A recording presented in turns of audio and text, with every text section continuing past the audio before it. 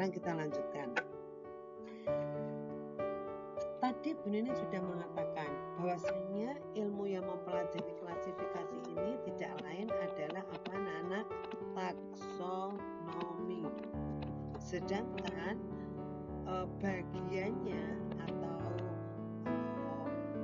di bawahnya itu adalah takson. Nah, di dalam urutan-urutan takson makhluk hidup itu ada mulai dari yang tertinggi sampai yang terendah, di mana yang tertinggi itu adalah kerajaan dan yang terendah adalah spesies.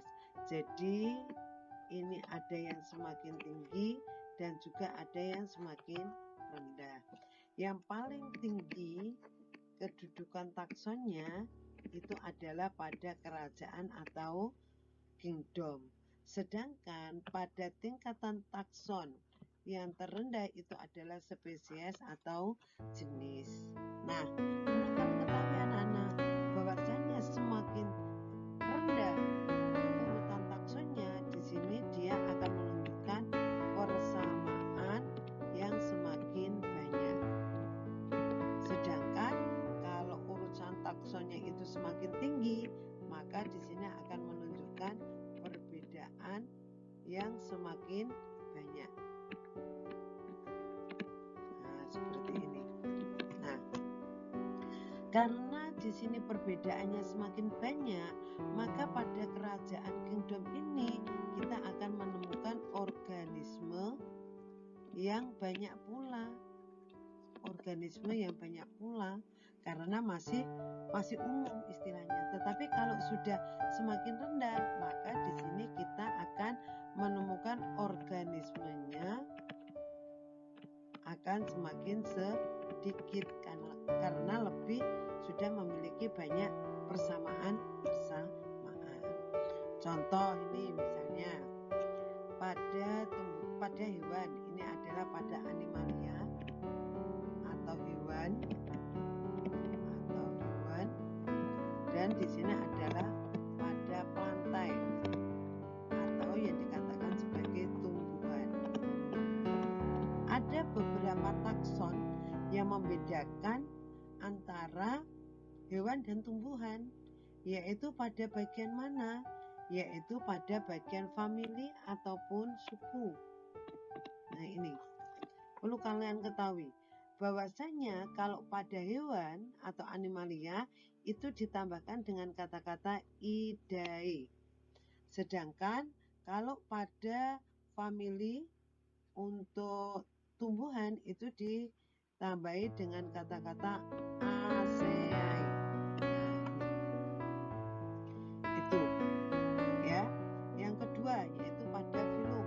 Nah, pada filum anak-anak. Di sini pada plantae atau tumbuhan itu selalu diakhiri dengan kata pita. Pita itu berarti menunjukkan tumbuhan. Dan pada bangsa yaitu ada akhirannya alas. Nah, ini anak-anak. Jadi yang membedakan antara urutan takson hewan dan tumbuhan yaitu pada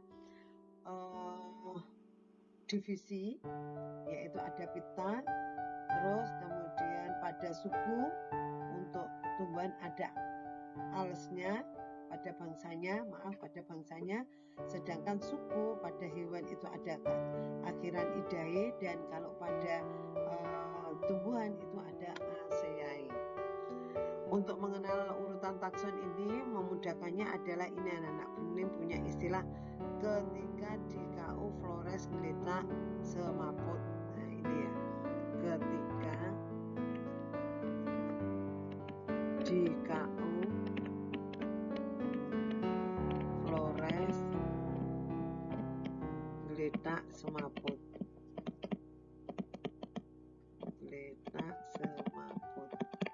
Ketika kingdom di divisi, terus kemudian ada kelas.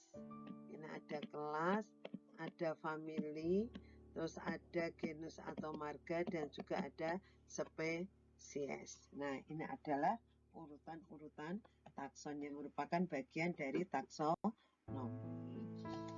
Nah, selanjutnya anak-anak sistem filogenetik pada tumbuhan. Di sini misalnya ini kan tadi dikatakan kalau sistem filogenetik ini dilihat dari adanya sejarah evolusi, kan seperti ini.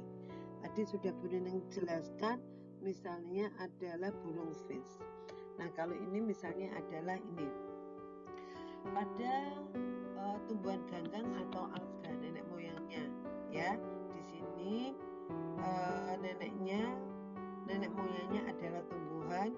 Terus tumbuhan itu diawali dengan tumbuhan yang berpembuluh, terus dia memiliki ini tumbuhan berpembuluh, terus dia berbiji, tumbuhan berbunga, terus angiospermae.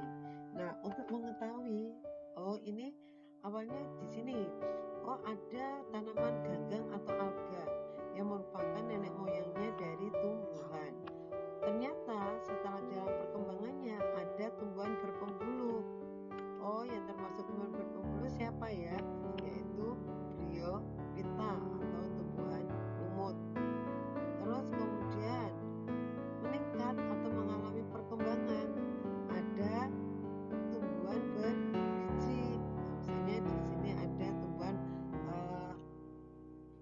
tumbuhan berbiji. Ini ada tumbuhan yang berpembuluh. Kalau di sini Bryophyta. Terus di sini ada tumbuhan berpembuluh, terus kemudian ada tumbuhan berbiji. Terus yang dicirikan dengan dia berbunga, akhirnya dia termasuk pada tumbuhan terbuka dan tumbuhan tertutup di sini, ya. Nah, ini sekarang klasifikasi.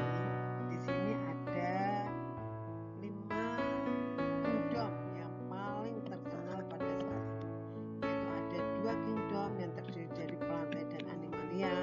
Terus kemudian ada 3 kingdom ditambah 1 lagi yaitu protista.